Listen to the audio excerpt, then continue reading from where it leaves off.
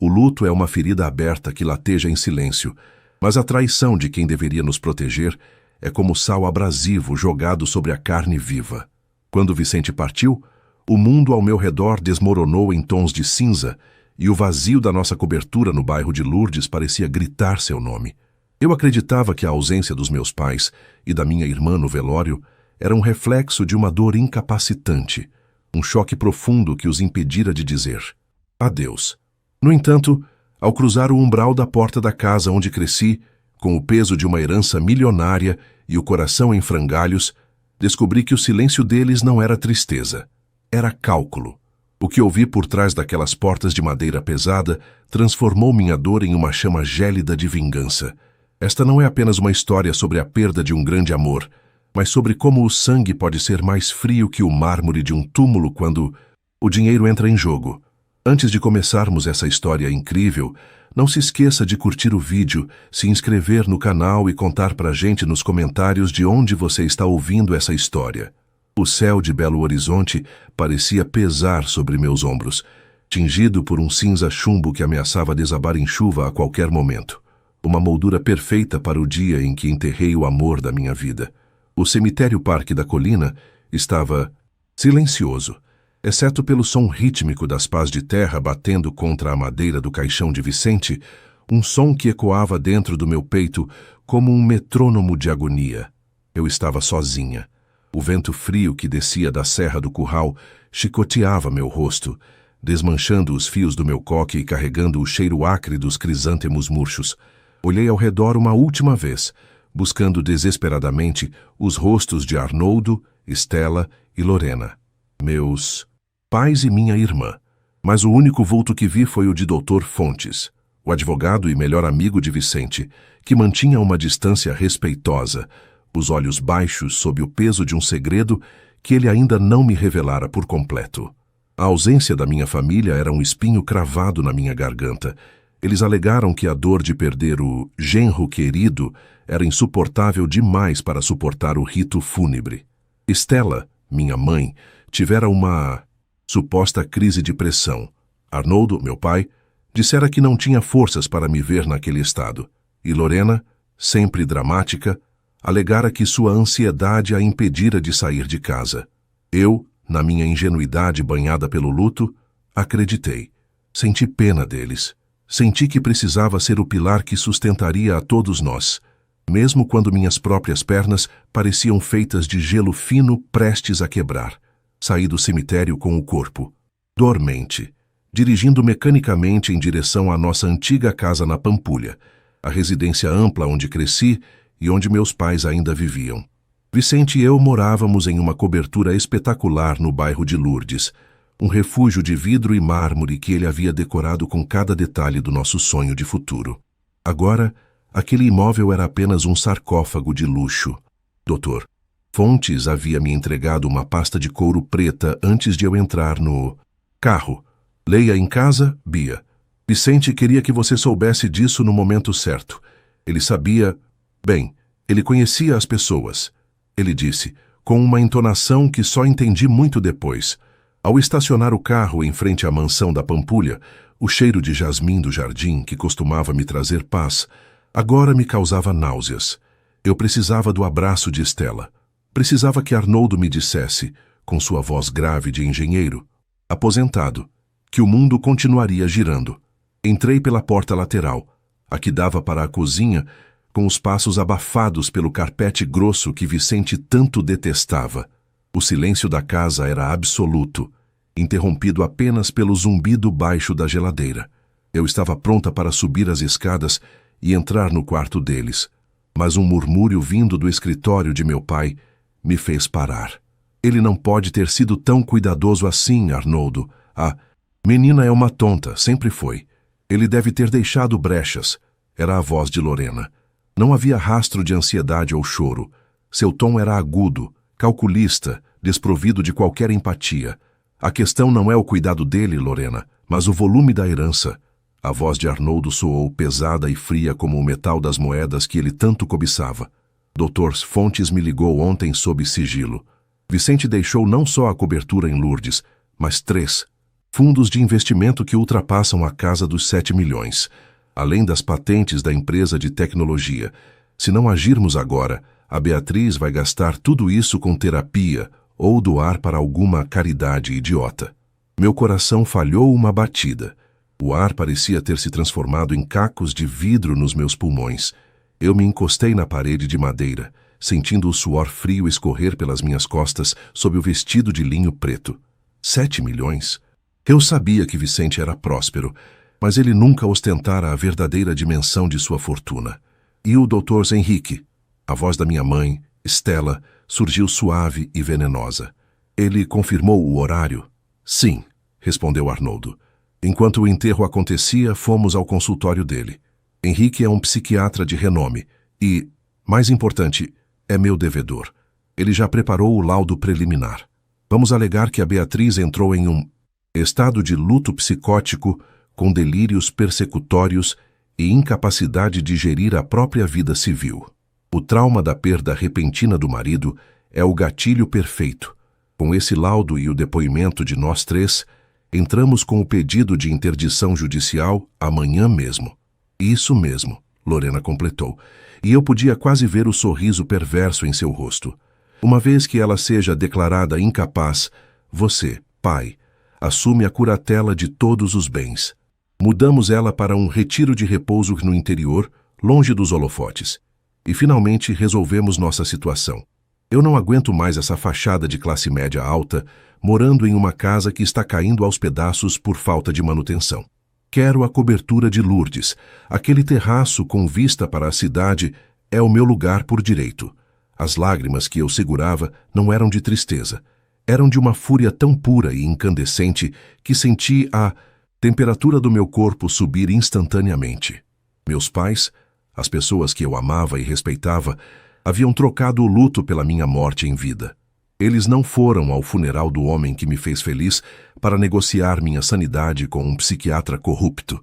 Eles queriam me trancafiar, me rotular como louca, apenas para que pudessem desfrutar do suor e da inteligência de Vicente. Eu olhei para a pasta preta em minhas mãos. O plano deles era arriscado, mas eles não sabiam de uma coisa. Vicente era um homem de estratégia. Ele sempre dizia que em Minas o café é doce, mas o pão de queijo só é bom se tiver substância por dentro. Ele conhecia o caráter da minha família melhor do que eu. Apertei a pasta contra o peito. A dor do luto ainda estava lá, mas agora ela tinha uma companheira, a determinação. Eu não ia entrar naquela sala. Eu não ia confrontá-los com gritos e choro, que seriam apenas usados como prova da minha instabilidade emocional. Eu ia sair daquela casa tão silenciosamente quanto entrei. Eles achavam que eu era uma peça de xadrez que poderiam mover à vontade, mas mal sabiam que o tabuleiro acabara de virar. Caminhei de volta para o carro, cada passo pesando como chumbo, mas minha mente estava estranhamente clara.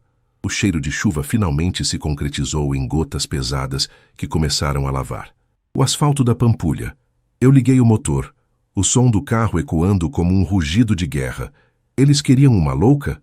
Pois eu lhes daria o espetáculo mais lúcido e devastador de suas vidas. A vingança, assim como o melhor doce de leite mineiro, precisava de tempo, fogo baixo e a paciência de quem sabe exatamente onde o açúcar começa a queimar. Ao chegar no semáforo da Avenida Antônio Carlos, abri a pasta de Dr. Fontes.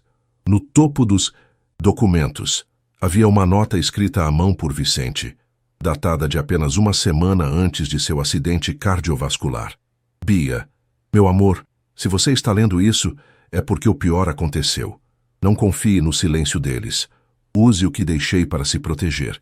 O Dr. Henrique tem um preço, mas a verdade tem um valor que eles nunca poderão pagar. Meu sangue ferveu, mas minha mão estava firme no volante. A caçada havia começado. O trajeto da Pampulha até o bairro de Lourdes foi um borrão de luzes úmidas e o som hipnótico dos limpadores de para-brisa.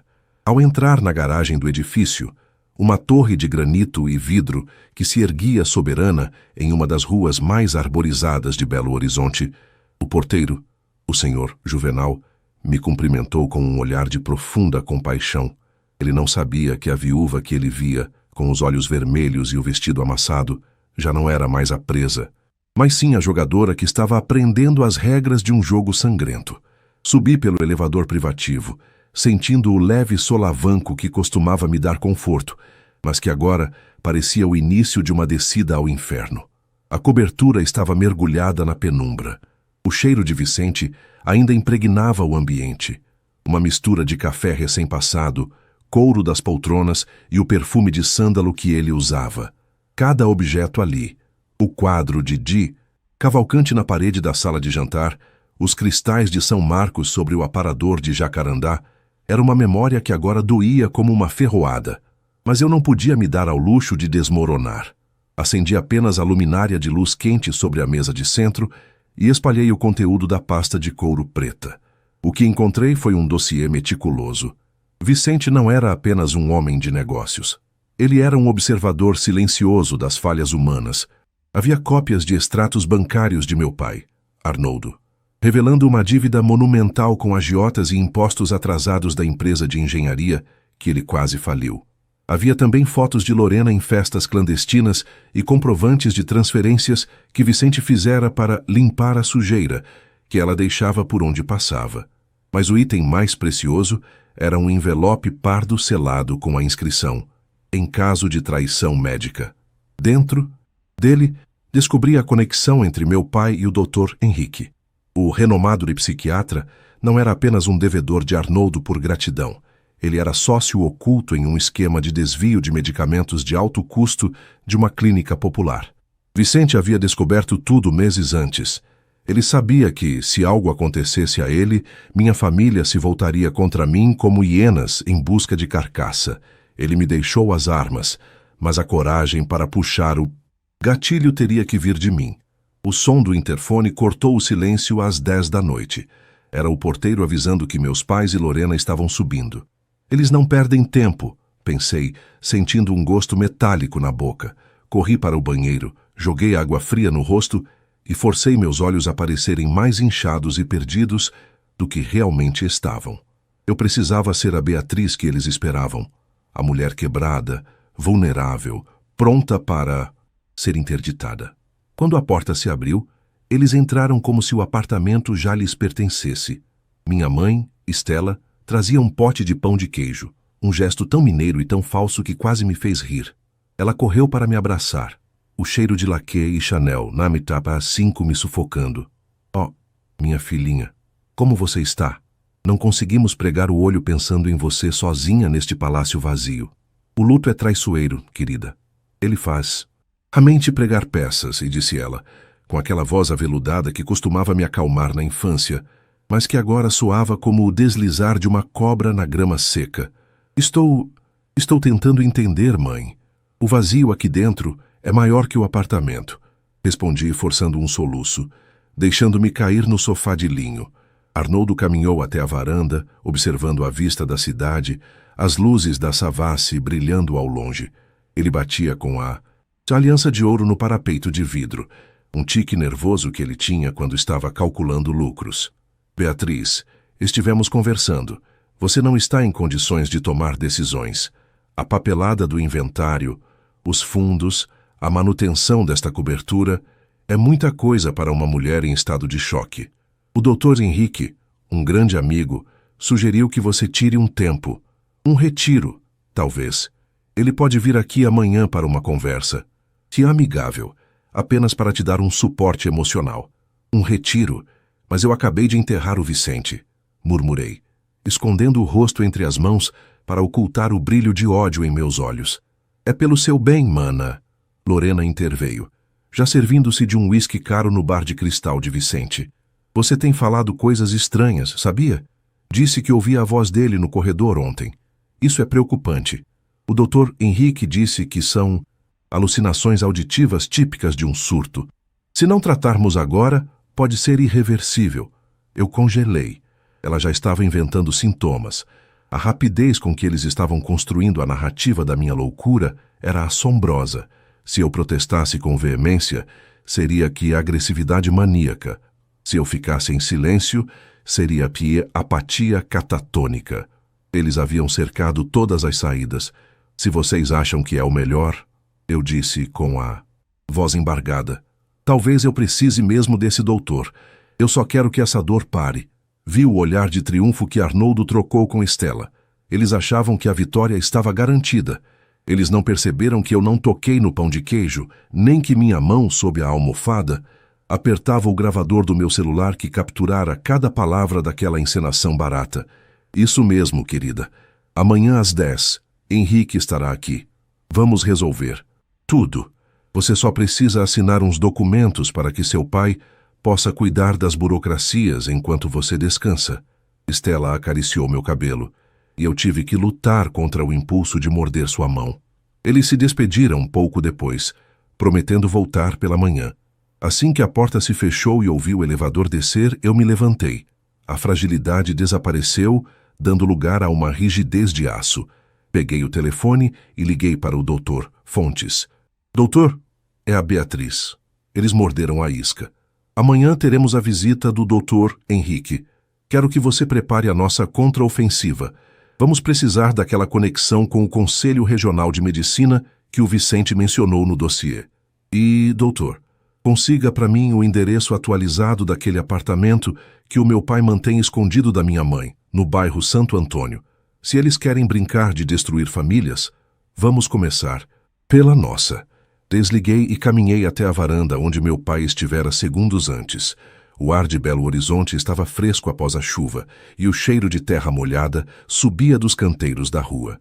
Eu olhei para as luzes da cidade e fiz uma promessa silenciosa a Vicente. Ele me deu o amor e a segurança enquanto viveu. E agora, através de sua partida, ele me dava a liberdade de ver quem as pessoas realmente eram. Amanhã, o doutor Henrique chegaria esperando uma vítima indefesa para carimbar um laudo de insanidade. Ele encontraria, em vez disso, o início do seu fim profissional. E meus pais? Meus pais descobririam que o sangue de Minas Gerais pode ser doce como o mel, mas quando fervido com traição, ele se torna o mais amargo dos venenos. Amanhã, a máscara de sanidade que eles usavam começaria a rachar, e eu seria aquela que daria o golpe final. Amanhã em Belo. Horizonte nasceu com um sol pálido, filtrado pela poluição e pela neblina que subia das encostas da Serra do Curral. Eu estava sentada na varanda da cobertura, observando o movimento lá embaixo, na rua Santa Rita Durão. O barulho dos carros subindo em direção à Praça da Liberdade parecia distante, como se eu estivesse em um aquário de luxo, isolada da realidade. O café que eu bebia, um grão especial vindo diretamente de uma fazenda em Carmo de Minas, tinha um aroma terroso e reconfortante, mas meu paladar estava anestesiado. Eu vestia um roupão de seda pérola, o rosto lavado, sem maquiagem, para acentuar a palidez que o luto naturalmente me dera. Eu precisava parecer frágil, precisava que eles sentissem que o golpe seria fácil. Às 10 horas em ponto, o interfone tocou. Meu coração disparou, uma batida surda contra as costelas, mas minha mente permanecia fria, calculista. Era a comitiva da traição. Abri a porta e lá estavam eles. Arnoldo com seu semblante de preocupação paternal forjada em aço. Estela, segurando uma echarpe de seda como se fosse um rosário. Lorena, com os olhos escondidos atrás de óculos escuros de grife. E ele, o doutor Henrique. O médico era um homem de meia-idade, com um terno cinza que parecia um pouco apertado demais nos ombros e um hálito que misturava café barato, com pastilhas de menta. Ele trazia uma pasta de couro desgastada, o símbolo de uma autoridade que ele estava prestes a prostituir. Beatriz, querida, como você passou a noite? Perguntou Estela, aproximando-se para um beijo no rosto que eu evitei sutilmente, fingindo um desequilíbrio emocional. Não dormi, mãe. As sombras, elas parecem se mover. Menti, deixando minha voz falhar deliberadamente. Vi o canto da boca de Lorena subir em um tique de satisfação. Nós nos sentamos na sala de estar. O ambiente era amplo, com pé direito duplo e obras de arte que Vicente colecionara com tanto gosto. A presença daquela gente ali parecia uma profanação. Dr. Henrique pigarreou, abrindo sua pasta e retirando um bloco de notas. Beatriz, seu pai me contou sobre a perda difícil que você sofreu. O luto é um processo complexo, mas às vezes ele se torna patológico. Eu gostaria de fazer algumas perguntas simples, apenas para avaliar como sua mente está processando o trauma. Tudo bem? A voz dele era condescendente, o tom de quem fala com uma criança ou alguém com deficiência intelectual. Claro, doutor. Eu só quero que essa confusão acabe, respondi, olhando para minhas próprias mãos, e eu forçava a tremer levemente. Você tem tido dificuldades para distinguir o que é real do que são apenas lembranças? Ele perguntou, a caneta pronta para registrar a mentira que ele já trazia pronta. Seu pai mencionou que você acredita que o Vicente ainda está aqui, dando ordem sobre o dinheiro. Eu sinto a presença dele. Sim, respondi.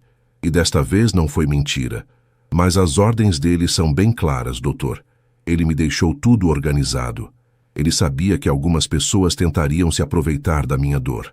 O silêncio que se seguiu foi denso. Arnoldo trocou um olhar rápido com Henrique. O médico forçou um sorriso amarelo. Isso é o que chamamos de delírio de proteção, Beatriz. É uma defesa do seu ego contra a realidade da morte. Veja bem, Arnoldo. O estado dela é mais grave do que eu pensava. Essa fixação em ordens e proteção de bens indica uma paranoia incipiente. Lorena cruzou as pernas, balançando o sapato de salto fino. Tá vendo-se, pai? Ela não tem a menor condição de gerir nem a lista de compras do supermercado, quanto mais milhões em fundos de investimento. Eu me levantei devagar, caminhando até a mesa de jantar, onde a pasta preta de Dr. Fontes estava escondida sob um caminho de mesa de linho. Senti o olhar de todos me seguindo, como se observassem um animal ferido prestes a colapsar. Engraçado você falar em gestão, Lorena, eu disse, minha voz recuperando a firmeza. O tremor nas mãos desaparecendo como por encanto. Porque eu andei olhando as contas que o Vicente pagava para você.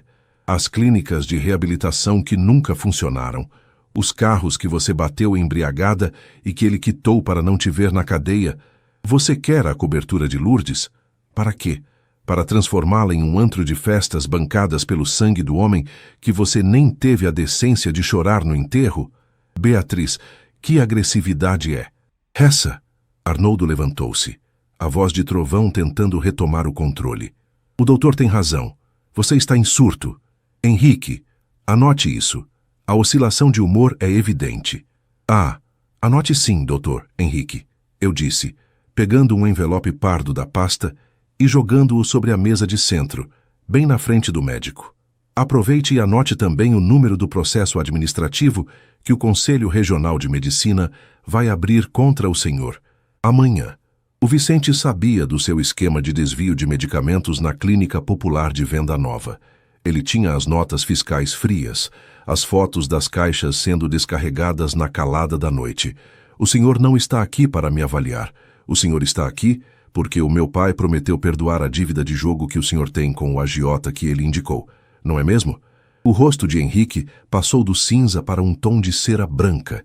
Ele olhou para o envelope, mas não teve coragem de tocá-lo. Suor frio começou a brotar em sua testa, escorrendo pelas têmporas. O que é isso? Isso é um absurdo. Calúnia, ele gaguejou, fechando a pasta com as mãos trêmulas. Calúnia? Eu ri, um som seco e sem alegria. Eu tenho as gravações, doutor, inclusive a da conversa de vocês ontem na Pampulha, onde vocês planejavam a minha interdição enquanto eu ainda estava no cemitério. Eu instalei gravadores na casa meses atrás, quando comecei a desconfiar que o dinheiro do Vicente estava sumindo das contas que ele administrava para vocês. Estela levou a mão ao peito, a echarpe caindo no chão. Filha, você está louca. Como pode fazer isso com sua própria família? Família, mãe?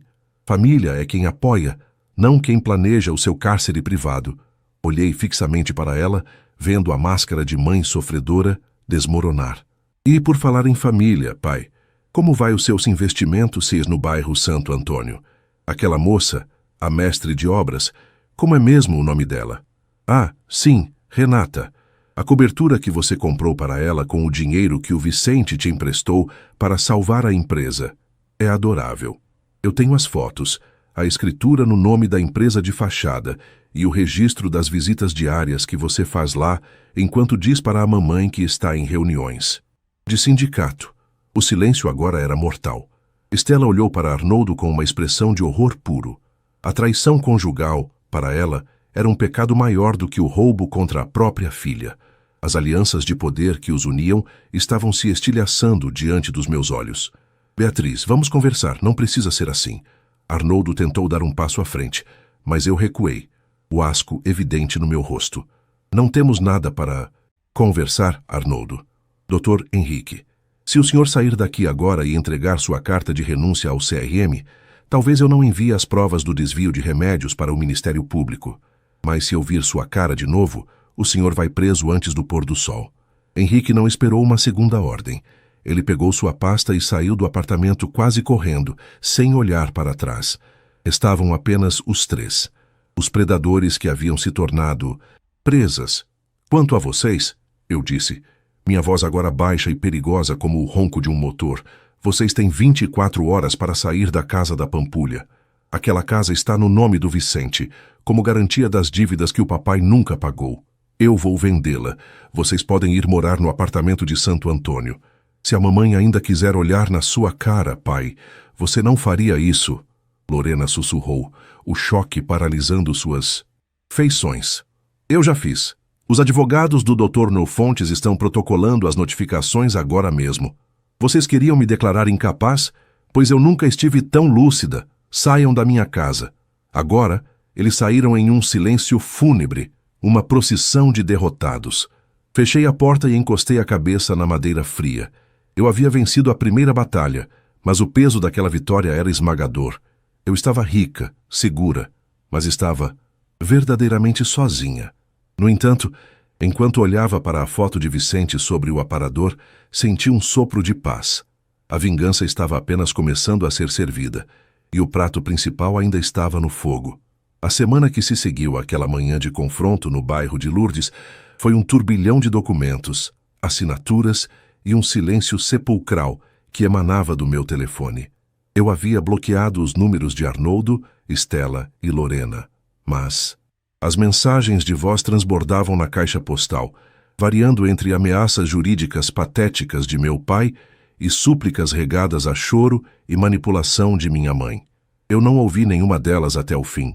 O Dr. Fontes, com sua eficiência mineira, silenciosa e letal, cuidou para que a liminar de reintegração de posse da Casa da Pampulha fosse executada com uma rapidez que só o dinheiro e a verdade podem comprar.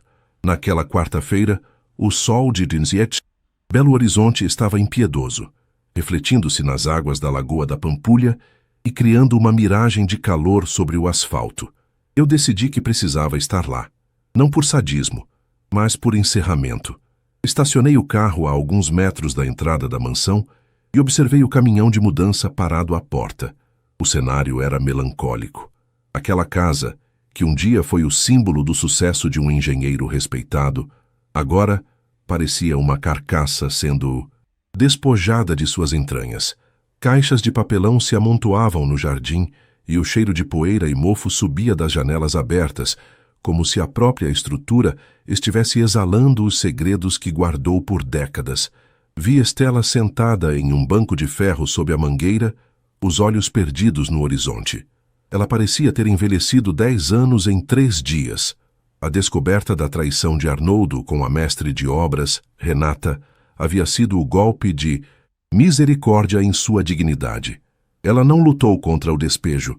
Na verdade, parecia grata por ter um motivo para sair das paredes que agora gritavam a infidelidade do marido. Quando ela me viu, não houve gritos. Houve apenas um aceno de cabeça lento, um reconhecimento de que o jogo havia terminado e que o preço da sua conivência com o plano de me internar havia sido a perda de tudo o que ela considerava estável. Arnoldo, por outro lado, era a imagem da fúria impotente.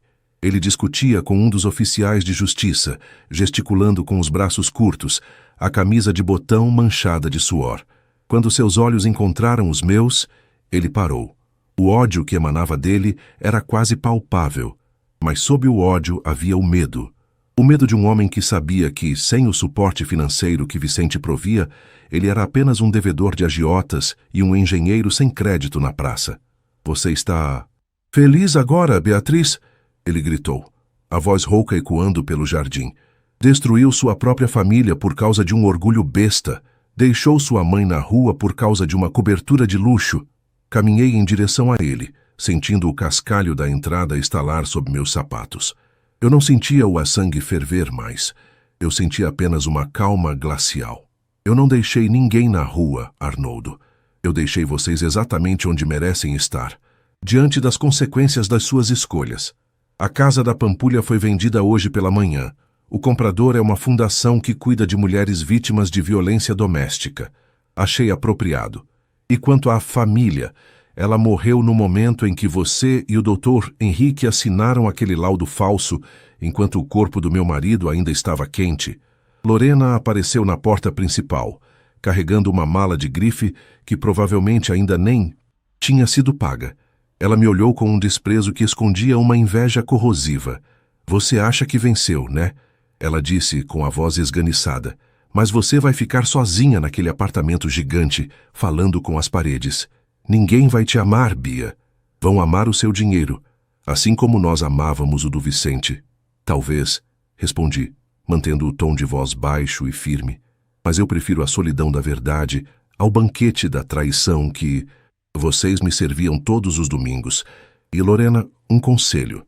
Aprenda a trabalhar. As faturas dos seus cartões de crédito foram canceladas hoje. O banco do Vicente Vin fechou as portas permanentemente. Virei as costas para ele sem esperar resposta. Entrei no meu carro e dirigi de volta para o centro, sentindo um peso imenso saindo das minhas costas. O trânsito na Avenida Antônio Carlos estava lento, o que me deu tempo para observar a cidade que eu tanto amava. Passei pelo viaduto Santa Teresa e vi os grafites coloridos, a vida pulsando na sua forma mais bruta e real.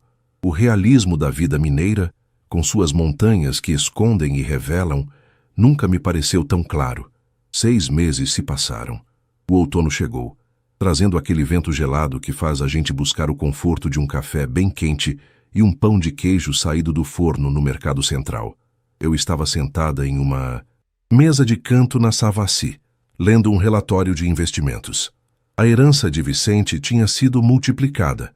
Eu descobri que tinha um faro para negócios que nunca me permitiram explorar. Mas o dinheiro não era mais o foco. Eu havia criado uma bolsa de estudos em nome de Vicente para jovens desenvolvedores de tecnologia de comunidades carentes de Belo Horizonte. Ver os primeiros selecionados, jovens com olhos brilhando de esperança, foi o bálsamo que finalmente curou a ferida da minha perda. Meus pais e minha irmã, Dr. Fontes, me mantinha informada, embora eu nunca pedisse. Arnoldo e Estela se separaram em um divórcio litigioso e feio. Ele tentou morar com a tal Renata no Santo Antônio. Mas assim que o dinheiro acabou e as cobranças judiciais chegaram, ela o colocou para fora. Agora, ele vivia em uma kitnet alugada no centro, tentando trabalhar como perito autônomo. Estela voltou para a casa de uma irmã idosa no interior, em Conselheiro Lafayette, vivendo de uma pequena pensão. Lorena? Bem, Lorena estava tentando a sorte como influenciadora de baixa categoria, mas a falta de substância sempre acaba por aparecer. Eu olhei para a aliança que ainda usava na mão direita. Eu ainda sentia a falta de Vicente todos os dias. A dor não desaparece. Ela apenas se acomoda. Torna-se uma parte da mobília da alma. Mas agora, quando eu entrava na minha cobertura em Lourdes, o silêncio não era mais opressor. Era um silêncio de paz. Eu não era a viúva louca que eles tentaram criar. Eu era a arquiteta do meu próprio destino. O sol começou a se pôr atrás da Serra do Curral, tingindo o céu de um laranja vibrante, quase purpúreo. Levantei-me, paguei a conta e caminhei em direção ao meu carro. Eu tinha uma reunião com o conselho da fundação na manhã seguinte. A vida seguia seu curso, como as águas do Rio das Velhas, às vezes turvas, às vezes límpidas, mas sempre em frente.